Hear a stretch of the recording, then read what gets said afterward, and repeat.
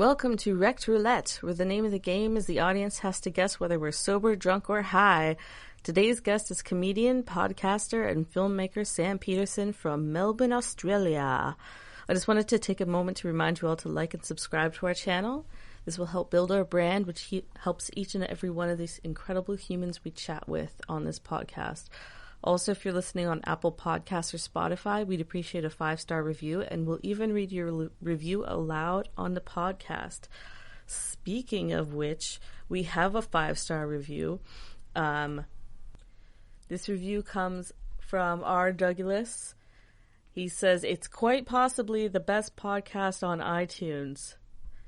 And he writes, Wrecked Roulette is a 2021 animated film directed by Deb and starring Courtney.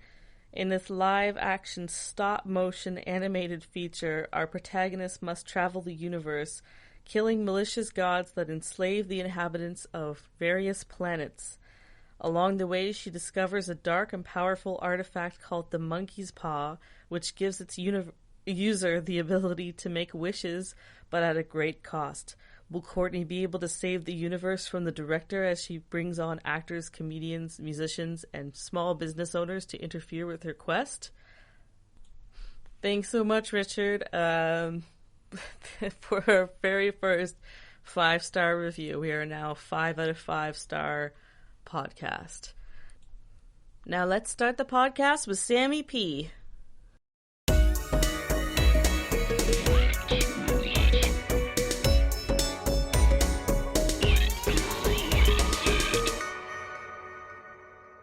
Yeah, great. Welcome to Wrecked Roulette, where the name of the game is the audience has to guess whether we're sober, drunk, or high. Tonight's guest is the host of my favorite podcast, Confessions of the Idiots. It is the great Sam Petersen. Sammy P. Hello. Thank you. Coming all the way from Melbourne, Australia. Coming all the way like I've travelled over to be on the pod. In lockdown, that would be a dream right now. Oh my God. Be anywhere else but my apartment. That would be amazing. Traveled through time and space, through the internet. It feels good. It feels right. Thank you so much for having me on. How exciting to be able to talk to international people. It's so damn exciting. Yeah, super cool. This is our we've talked to some people in the States, but that's pretty much it. We haven't gone outside North America. Yeah. Oh my gosh, that's right. You're our farthest first listener international is from, guest. our farthest listener is from New Zealand. What a thrill. Yeah. Do I get a prize? Is there a prize involved in this? Yes, there is a prize. We're going to need your PO box. You can give that and to my us. bank card details. No, we're not joking. We're going to send you something for real. We're not telling you what it is. So but for we our do need your address. Do you want to give that to everybody, or do you want us to wait our until listeners? after? So to our listeners, they don't know. So he has a podcast called Confessions of the Idiots. He goes on Reddit. He finds the most ridiculous confessions and he reads them aloud with other comedians on his podcast. Yeah. And my recent favorite is the girl whose boyfriend is more in love with an egg, a stuffed egg. Oh my God. So I bought this egg for Good day, Amma. Good day, Amma. Oh my God. and I'm thinking about leaving my partner for him. I'm not sure. True. He was very cute. Talk about this egg. It was a little gift for him. Oh my God. Well, just so your listeners understand, it's basically I've been doing the podcast for 3.5 years, and every week I find the weirdest online confessions. And I tell you what, the world is a goddamn cesspit. I have been through. I've always thought, like, after 3 years, I was like, should I stop doing it? Like, there's always been that point of just going, when do I stop? But it is never ending. And after 3.5 years, I was like, because usually, it's someone cheating on someone, it's someone shitting themselves. It's always shitting in an Uber. Shitting in an Uber. Yeah, exactly. Like, it's that sort of stuff that I'm like, it's a very classy show, but it's like, that sort of stuff where it's like, I know where something's going, but this egg one, it actually broke me. I couldn't function for days. It's basically a woman that is in love with her partner. Her partner's amazing, but they're doing a long distance relationship and he is in love with her stuffed animal egg. And every time she says stuffed animal egg, She doesn't call it an egg. And he was like, animal egg? What are you talking about? It's not a stuffed animal egg. And she keeps saying that every single time. And he's in love with it. He wants to look at it. He's going to leave her for the egg. And it is just, it honestly, I thought I had a mental collapse. When I was reading it, I couldn't stop laughing. And then I thought when I actually did the podcast that I'd be fine because that's out of my system. And you've read it so many times, yeah. and then I was even looking at what it could possibly look like. And that made it worse because I'm like, how is this person in love with this stuffed animal egg? It was so fucking funny. Like I've just never laughed. I also haven't asked if I can swear on this podcast, by the way. Fuck yes. Oh, okay. Fuck yeah. We're do it heaps. It's a podcast whether we're drunk or high or whatever. Oh yeah, I should have known. Sometimes it's both. But it is so funny still. Things that surprise you even now, like even though you're like, I'm like, I've got it on my Apple Watch. I'm not bragging. I've got an Apple Watch, whatever. But I'm but I have confessions pop up, so that's the only way because I don't have the time to be reading them all the time and going through everything. But so I'll be like having a swim or something when we're allowed to, and it's like having a swim in the pool, and then it's like, I had sex with my dad pops up on my phone. And it's like, and the people who are next to me in the pool are looking at my watch like, who is this person? This is very interesting. But 80% of the confessions that I find you can't read. Like I can't bring that to a guest and be like, this is awful. And there's nothing funny about it. But 20% are the stuff like the stuffed animal egg, which is which absolutely breaks me after 3.5 years. What compelled you to make your podcast in the first place? A friend of mine I used to do stand-up for a long time, and I met all these comedians, and I was always most of my friends are comedians or actors, and I moved behind the scenes, and so all of my friends are still in that world. And one day a friend of mine had just sent me this confession that was about a woman that went on a date, and she ate so much fried chicken, but she was obsessed with fried chicken on the date. And she just kept eating so much and kept ordering it, but asking them to deliver it to the toilets. And she would just keep eating fried chicken all night away from the table and away from the partner. And I was like, that is so insane that exists. And I found 4 of them. Wow. And I called 2 of my mates and just asked if they would come and sit down in a podcast room. And I think that's what they call them. Podcast room. Is that right? Podcast room? I don't know. Yeah. Probably. Yes. Let's just say yes. Studio, I think it's called podcast studio. Podcast studio. Yeah. But yeah, go and sit in a podcast studio and just talk about it for, an hour and see if it worked. And we ended up recording for about 2 hours. And it was just so funny how people get so invested in whatever is going on in these people's lives. And they're anonymous, so you can just say whatever you want to say. And some guests get really mean. Some guests feel really bad. I don't really have guests on that feel bad for the people because then it's just like, no, that wouldn't work very well. It doesn't work. You're gonna call them a fuckhead. That's what you got to do. But it's truth. Yeah, it really does. But I recorded one and sat on it for about 6 months, and I was just like, do I want to do a weekly thing? Because podcasts are forever. There's no cutoff date, so it's just and then just started recording one a week, and I haven't stopped. I haven't had a break at all in 3.5 years. So it's just been, over 200 and something episodes of weird online confessions. Oh my God. Some of them are so happy funny 200 though. episodes, and also happy birthday. You just had your birthday. Oh yeah. Oh yeah. I just hit 30, absolute milestone. But in lockdown, you cannot do anything. So it was people were like the year of turning 29 is like the best year of your life. And then it absolutely wasn't. Like I was walking around my apartment a lot. Like that was kind of it. And then I think turning 30 is going to be exactly the same. Oh boy. So while in lockdown, did you ever fuck a ghost? I have never. That's a great question. Thank you for asking it. I have never fucked a ghost. No, it's never happened. But it is surprising how many people confess about having sex with ghosts. I didn't think that was ever. I've never heard a story like that before. I know. No, it's a thing. It's actually a thing. Have you actually heard of it before? Yeah, and a couple years ago there was that news story of like there was a woman who like married a ghost. Right. It's like she was fucking the ghost for a long time. She decided she wanted to marry the ghost. So yeah, like woohoo. Married a ghost. So Did she have a lot of details about it, or was it just? If I can find it, I'll send it to you. Wait. That's so funny. If I look it up, will my camera stop? Let's see. Let's find out. Well, Courtney's looking that up. Let's talk a little bit about your documentary and your stand-up that you've done in the past, because you were heavily into the comedy scene where you are, right? Yeah, absolutely. Yeah. So I'm in Melbourne, and I started when I was like 19 years old in stand-up. Oh wow. So did it for I think 7 years, maybe 7 or 8 years. And you end up doing it 4 nights a week, and you love it for a while. It's so much fun for a while, and then I think you start to realize, do you actually after a while you really have to love it to continue going out 4 nights a week. After a while it's just like, how much do I love it to be that involved all the time and getting up and bombing a lot of the time as well, because that's something people don't tell you. You're so brave. when you start out doing stand-up, they go, you're gonna bomb a lot.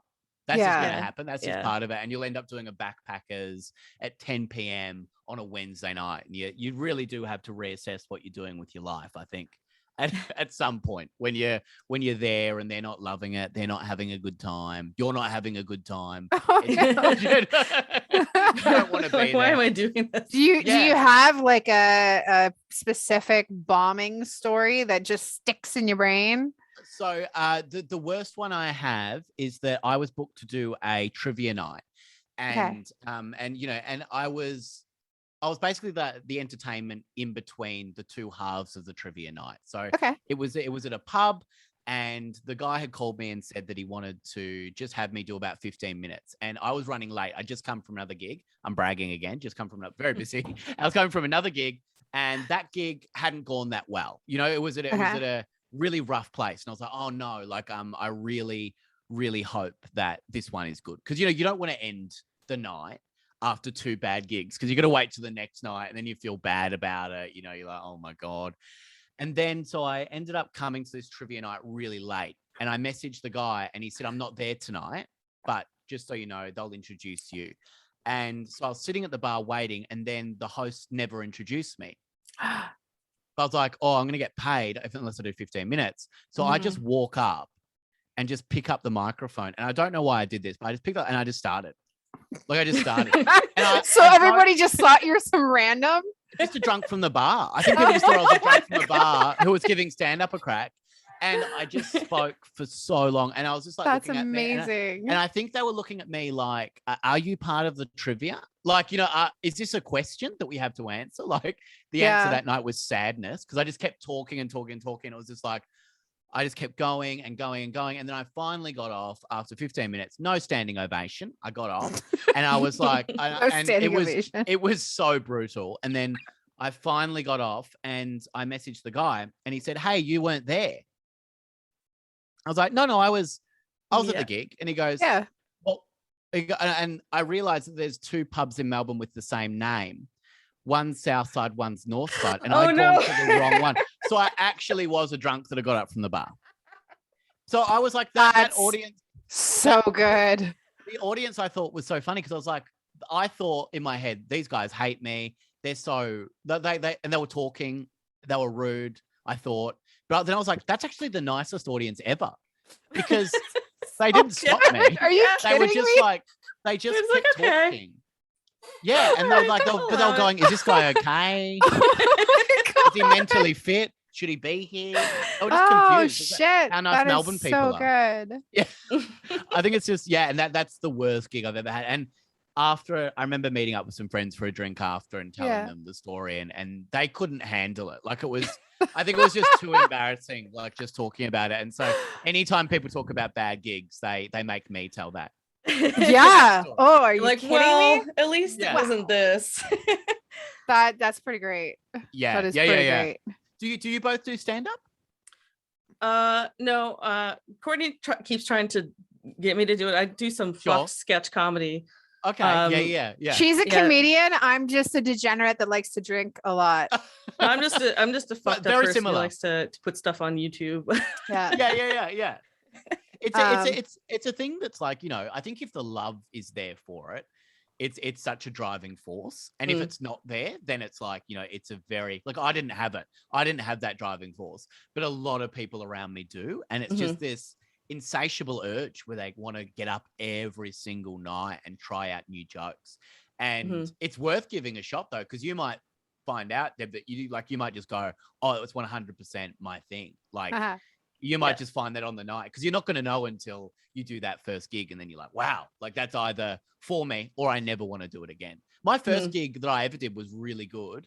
And then the second one was awful. Oh no. Yeah. But I'd already had that first one. So you're just chasing that first one for a long time, and you're chasing that feeling for a long time. And sometimes it doesn't come back for a very long time, but you know, but it's also like, when you get that first adrenaline hit, it's very hard to stop. You know, to stop chasing So that Deb, feeling. I'm still gonna make you do a stand up. I prefer to play, because I'm also a musician. I like being on stage, but I don't know. That's so nerve-wracking. Yeah. Do it. Well, just aren't do you? it. You're in a like a pantomime musical. I am, up, yeah. Are you?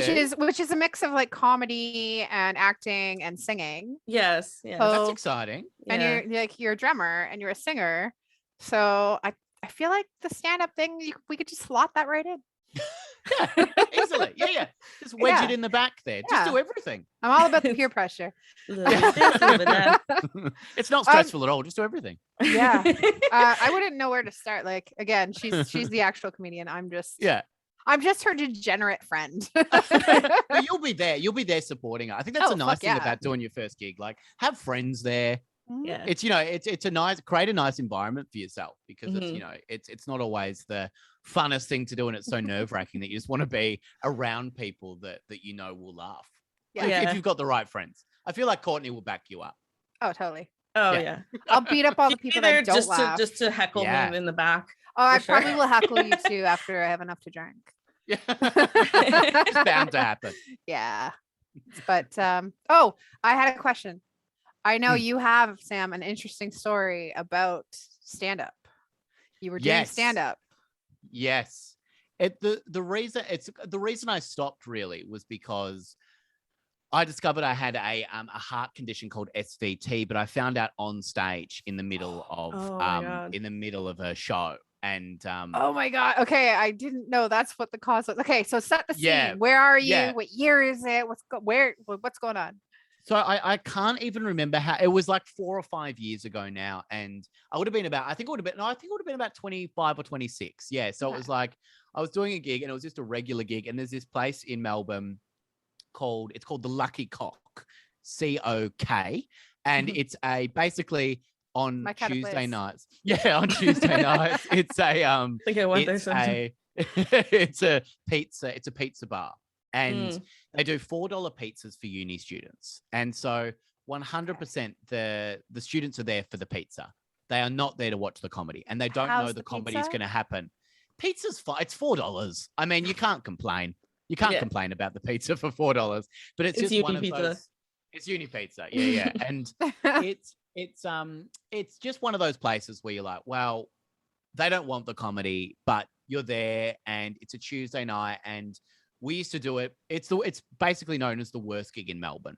Basically, they don't want you there. They're not impressed, and they're not listening. You know, so it's just tick of a bad. So you like gig. A challenge? I liked a challenge, and it was like also if you can break through to those people, then you know you've got something quite good. So it was always like a real test. Like I think I'd try and do it once a month. So it was like I knew that if I did well 1 out of 4 times, then I'd go, okay, well, I've got something in that. But then you'd bomb so hard 3 other times. And so you're a comedy masochist. Yeah, exactly. 100%. And I got up, and it was like it was just a regular Tuesday night. A regular laceration. Yeah. And it was like, making my life a living hell. Put your hair shirt on and go to the comedy club. Exactly. And it was like 9 p.m. and someone tapped on the microphone and said the comedy's about to start in 5 minutes. And everyone's just looking at like, oh, what? Like, you know, no one likes surprise comedy. No one was interested. Like, they're just trying to have a nice night. I understand that they don't want someone getting up. And there's like always 10 acts. And I was introduced by a guy a great comedian by the name of Nick Capper in Australia. He's a fantastic comedian. And he was focused on something else that night. He'd just come from another gig and he was like not really paying attention. He told me this later. And I got up and I just started my act and I knew it so well. I was just trying a best of sort of thing so I knew that I'd have a good gig. And I just started slurring. Like and then I felt really dizzy and I grabbed onto the mic stand and I was falling over. And then I blacked out for a few, like a millisecond. It wasn't that long, but it was like there was a time when I'd blacked out. And I kind of just came to and just looked out and everyone was staring at me. Like it was dead quiet. For the first time that night, it was dead quiet. I was like, well, I got their attention. Like that was pretty good. Because they were like, is this a thing or is this part of the bit? Everyone just stops eating their pizza. They're like, oh. Yeah. Yeah, they're wasting a $4 slice. But it was like, I don't want to eat this anymore. But they were looking at me like, I don't know if they thought it was part of the act or not. But oh my God. And I got taken off stage by another comic there. But Nick hadn't been paying attention, the host of the night. And so Nick didn't know what had just happened. So he walked back up and just started talking like nothing had happened. And then brought the next act up like it was just completely normal. But I hope you guys really enjoyed that. Complete insensitive moron. Our next comic is. He just heard the music and came back out. And it was amazing. He told me how insensitive he looked the next day. Like he just felt awful about it. But I got taken out and they were just like, someone sat with me for ages and said that I'd had a heart attack. That's what they said. It was just like, you've had a heart attack on stage. And I was really fit and healthy and I didn't think that it would be a heart attack. And I've never touched a drug in my life. And so they all thought I'd, Wait, you're a comedian? You've never done drugs? I've never done drugs. Oh no. God. Where do you get your inspiration then? The $4 pizzas. That's it. But it was like, they thought I was, that I'd, snorted some cocaine before because my heart was just going so fast. Yeah. And they couldn't put a finger on it. And then they finally found out that I had a heart condition. But I was kind of like, after that, like, I didn't want that to be the reason I stopped, like to have that fear of it. So I kept getting up after that. Like I tried it maybe like, I don't know, like I had to go and do like a feature spot in Adelaide the following week, which is like, a 40-minute spot. For a week. And so I made that the last thing. Like I just wanted to do everything I'd done for the last 8 years and just do it and just get it over with. So the fear wasn't the reason I didn't do it. But one of my last gigs was, I think I tried to do 2 more gigs like later on. So like a year later, I did a debating night and I didn't want to do stand-up or anything, but I had to do all these live podcasts and I was kind of worried that this would happen again or I'd have that fear. So I thought I'll just do some shows before I launch back into that. And I did. I was doing this show and I got up. And as I got up, this girl in the front row was like, and I was like, okay, I've never had that reaction before. And so I asked her like, what was going on? And she said, I thought you died. Oh. And I was like, what? She goes, I was there that night and I've been trying to find out who you are for 2 years. Oh my gosh. Because she was just worried that was it. Like, because I think that there was no explanation. And the MC of the night had no idea that I'd even fallen, so he had no idea what was going on. So he had just thought that, I think everyone was just left with kind of like, what happened to that person? Were they okay? Or, so it was really interesting to have that kind of the wind up where I think, an audience had just thought that I had died. In front of them and had been living with, we actually saw someone die on stage. I know there's been like musicians that have died on stage. Yeah. But have any comedians died on stage?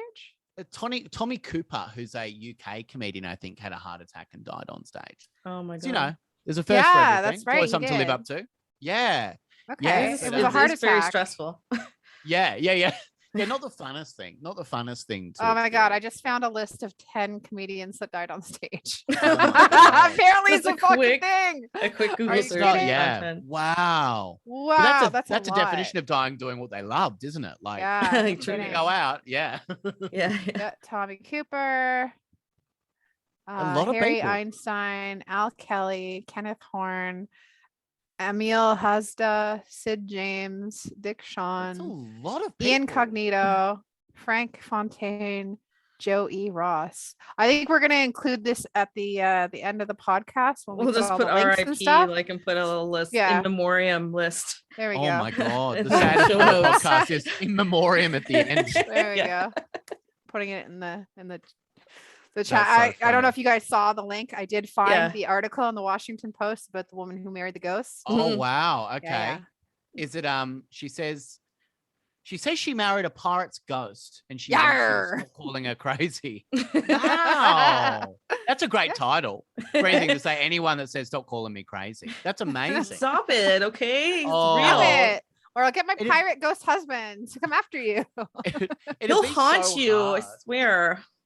It would be so hard introducing a ghost to your friends and everything as Oh. well. Like if that was it'd be so difficult to try and make that normal or Mhm. try and be a friend that just has to be normal about it. I don't know Yeah. what I would do if a friend came to me and I was, I'm dating a ghost. And you just have to pretend to see it. And you're just I don't know like, if I'd go along. Are you sure? You sure? You sure that's going on? It'd be very odd to just pretend that that's a real thing. Yeah. But it might don't happen. know. Who knows? Who knows? Would I you think I both could go pull it along off. with them? I'm pretty sure Yeah. I could pull it off. Yeah, okay. Yeah. Yeah. But then I'd be Yeah. like, yo, your ghost boyfriend was watching me while I was in the bathroom. You should dump him. Yeah.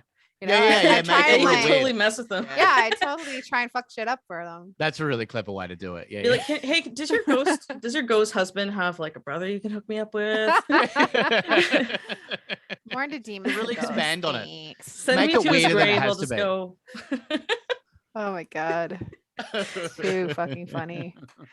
I also wanted to ask you, I know you did a documentary back in 2017, and then earlier before we were recording, we were chatting, and you are actually like a filmmaker by trade now, yes? Or producer. Yes. What Yeah, else? yeah. Producer, writer. Yeah. So I just help people with things. I think that's my job, is that I just, anytime someone needs help with writing or structure or, helping film something, get funding, I'm kind of that person. So I've just kind of been helping with that for a while now and trying Okay. to make things happen and make my own docos and things. Oh, in the so you are background. working on stuff. Yeah, Ooh, absolutely. Yeah. ooh. But What are you working on? Yeah. Well, I'm working on a doco at the moment that we just started, but it's like, because of lockdowns lasted so long in Melbourne, it's impossible to film. And, I don't really want to Mm. do it all over Zoom. That wouldn't No. make sense. Just go set the camera and I'll follow you on your computer. It'll look like Yeah. crap. Yeah. So I'm just trying to work it out, but we're here where I think we're almost 90% vaccinated or something. So I think we're coming out in a month. You guys are beating hopefully. us by like 15-20%. Yeah, really. Yeah. You're much bigger. Ontario, I think we just hit 70-something% for Yeah, wow. this province. That's surprising considering Yeah. like everything is open here and everything is closed in Melbourne. Yeah. Yeah. So you don't have anything open at all. Oh, sorry. No, we got don't- like everything's you have Pretty open. much everything everything open. else open. We do But- have the vaccine Wow. passport thing. Yeah, we just started the Vaxport. Mm-hmm. So if you're Um, half vax, can you go places? No. No, No, you have to be SPs, fully 2 vaccinated. dose. you can Yeah. you can go and pick up food for takeout, but you can't dine Yeah. in. Mm-hmm. Yeah, wow. Yeah. Okay. It's just weird everything being closed, but I think it's like the 26th of October or something. Okay. They just said it's a free for all. Like everything's going to Mhm. open up again. If you Uh-huh. have your vaccination, if you're fully vaxxed, Yeah. you can start to go places again. But Okay. it's really put everything on hold, like work-wise. Like, I mean, you can do bits and pieces, you can do Zoom chats, you can do that sort of stuff, but it's kind of, yeah, it's hard to. But if you're I'm still really filming, you busy, gotta wait. but it's really, yeah. So I what do is it? more What's it behind- about? What's your documentary about? Well, it's a really dark and heavy subject that I'm not allowed to talk about right now because it's a bit. They haven't signed all the stuff over, but it's Damn it's all it's kind of child sex trafficking. Oh, but That's okay. very dark. a much it's really really dark. I mean the Okay. situation that it is, the themes are really really heavy, and there was a book written about it, and it's all, it all started in the family, and then it was, and it's just one of those stories that you look at the person who I'm trying to make it about, and you kind of step back and go, I don't know how you became who you did, because from the age of 3 being abused, and then it was such a awful situation for anyone to be in. Yeah. And just the fact that she's actually became an entertainer and became hugely successful. Yeah. And you go, how did you become that person? Because all of that in her face, and she still became resilient, hugely successful. Yeah. Okay. So I'm excited to start that, but it's just very hard to kind of start something that might be like a 3-year project, but you can't really start. So it's like you just keep putting stuff off another 3 years. You can plan it all out in great detail. Yeah, exactly. Yeah. So I love making docos. That's like my thing. But it's so hard to. Australia's a very small, like it's a very small market. And it's very hard to get things made. And so you kind of just have to keep going and make 10 things, and they'll green light one. And so you just kind of have to keep going and going and going. And it's constantly trying to make something and constantly trying to do that. And it's great. Like I really enjoy it. But, a lot of the ideas I've had, and usually I'm drawn to like, addicts and comedians and stuff. And it's like, they're sometimes those things are the same. They really are. Mostly they are the same. But it's really, I get so invested in that sort of stuff. And when someone tells you, because there's so many elements as well in a documentary, it's like the person can be amazing. They just might not be good on camera, or the story can be amazing, but it's not going anywhere. Like you kind of have to have a start, middle, and an end, which is so annoying because sometimes you're like, the person is just so fascinating. But then after an hour, I think people just go, nah, it's not really, they didn't really do anything, or they're not going anywhere, or they're not, you've got to follow them doing something. Yeah. And that's kind of the hardest thing to do and work out. So, but it's really fun. And I love watching documentaries. It's just, making them is a whole other, it's a difficult beast to kind of get right. It's interesting that like comedy to like dark documentary. Yeah. I'm very fascinated in the dark though. Like I'm very, I guess it's why I do the podcast and stuff. Like I'm very interested in the dark undertones of everything. And I think all comedians have a dark side. Or yeah. And I'm not in my everyday life, but the stuff I read and the stuff I, am interested and fascinated about, it's always the more fucked up and heavy stuff is. Yeah. And I have to be conscious that not everyone's like that. Like I have to, because it's like misery porn. It's like, I don't want to go someone something and go, look at all this fucked up stuff I found. And then everyone's like, oh my God, that's horrifying. Like, I'm like, yo, send me that stuff. Yeah. Give it to me. The same. Anything that's kind of fucked and awful. I'm like, everything is awful. On it and everything's awful. And I'm like, I find it fascinating. I find the people fascinating. The people are always the fascinating thing.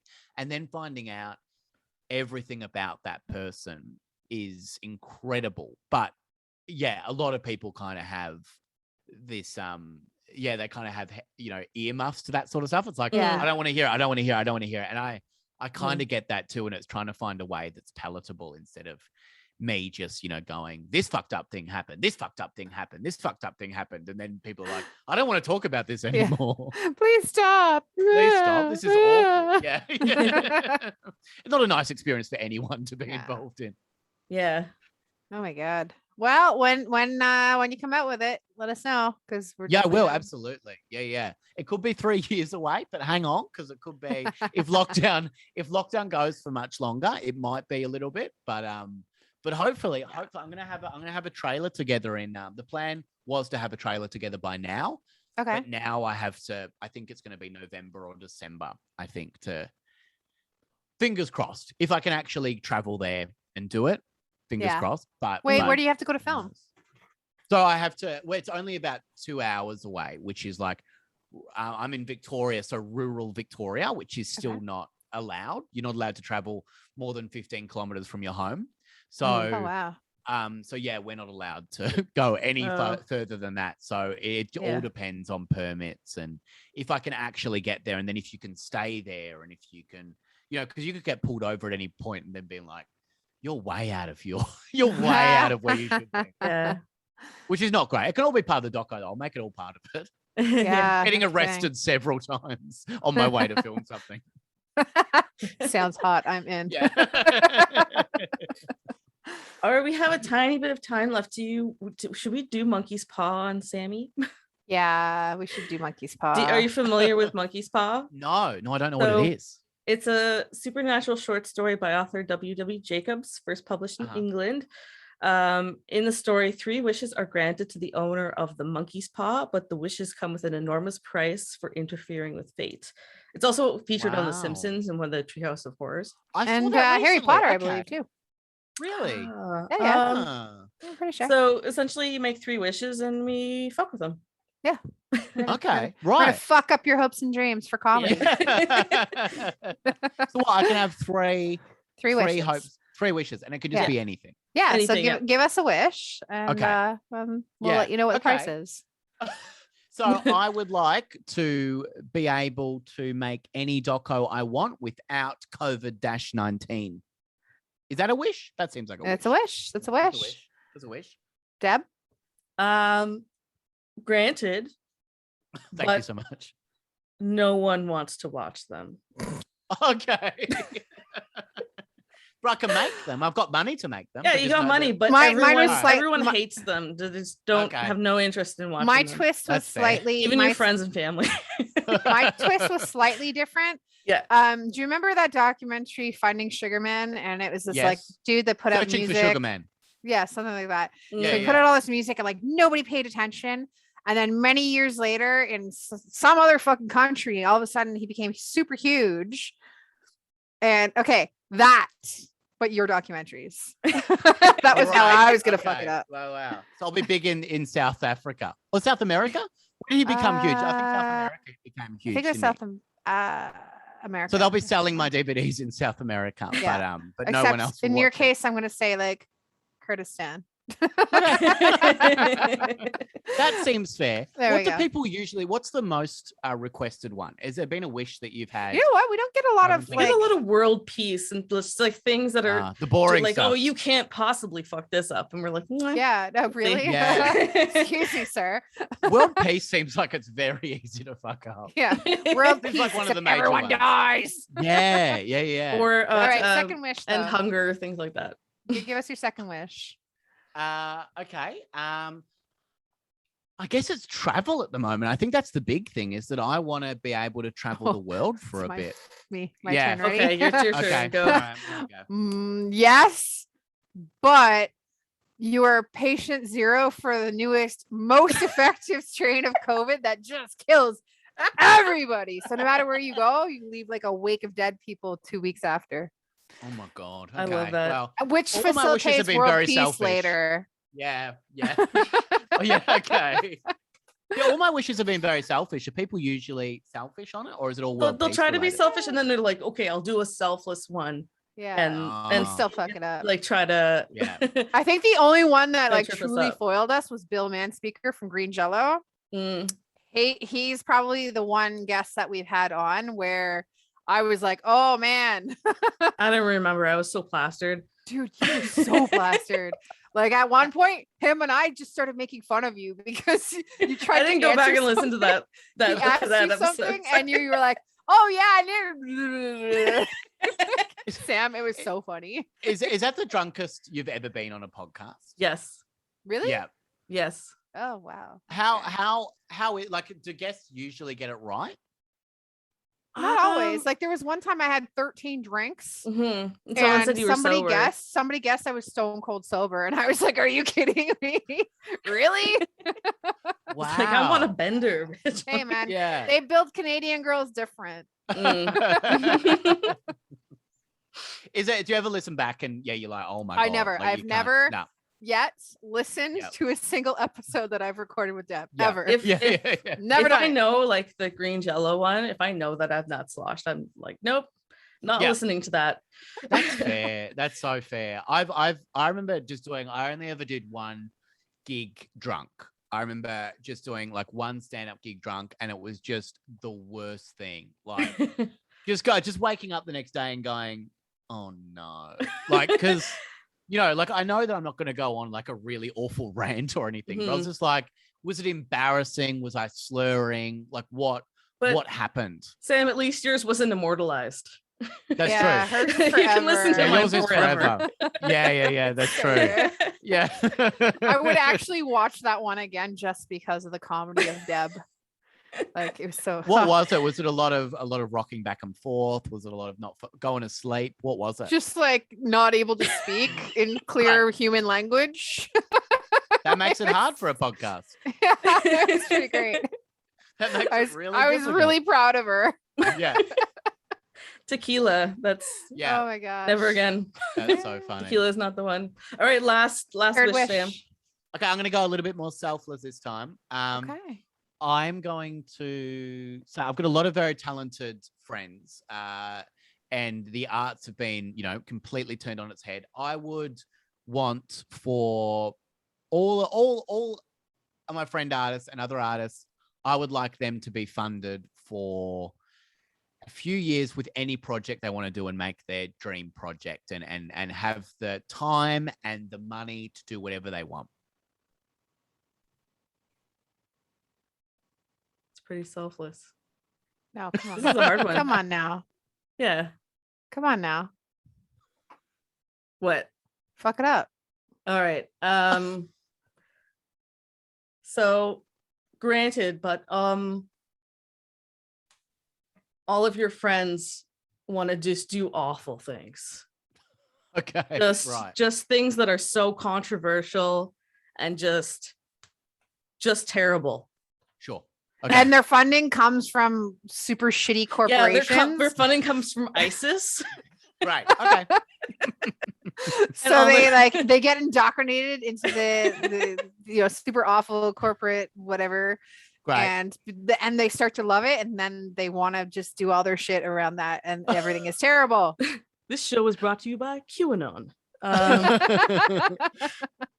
I think they'd still have to do it. I think because after this, can you choose if you want to go ahead with the wish, if all that bad stuff happens, or you just like no, you already the did monkey it. wish It's goes over. down. It's already done. It's just Okay. done. Worlds. It's done. You've created it. I've already stuffed it for everybody. Sorry, buddy. You fucked it Okay. up. It's all fair. I got the wish. It was fine. All right. Sorry, All right. everyone else in the world. Well, I hope tomorrow is going very well for you. Don't give any spoilers away. Because it's tomorrow where you are.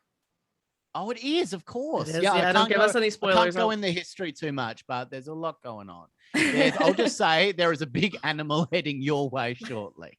Oh dear. We've had like an earthquake in Melbourne recently. Like there is so much going on. It is like the apocalypse over here. So oh my god, I'm so sorry. So look forward to that. It's coming to you soon. Oh no. Tomorrow. Gotta pay it forward. Yeah. Amazing. My goddamn Right. monkey paw. It's all because of that. All right, Sam, how can our listeners and viewers follow you? They can find Confessions of the Idiots on all of the podcast apps. If you want to get on there, I am Sam Petersen 91 on Instagram, and Confessions of the Idiots has its own page on Facebook and on Instagram as well. So you can follow. Yeah, it's all on all the podcast apps though. Just Go type listen in to it. Confessions of the Idiots. Yeah, Immediately. listen to it. All of you Yeah, go right and now. listen to it. Right now. Right now. Turn off Yeah, no this choice. garbage podcast and go listen to his podcast. Well, thank you Fuck for having me on. Roulette. Fuck All right, us thanks right in so the much. ear. It was a blast, Sam. Thank you very Thank much for you. coming on. Take care. Thank you. Thanks so much, Sam.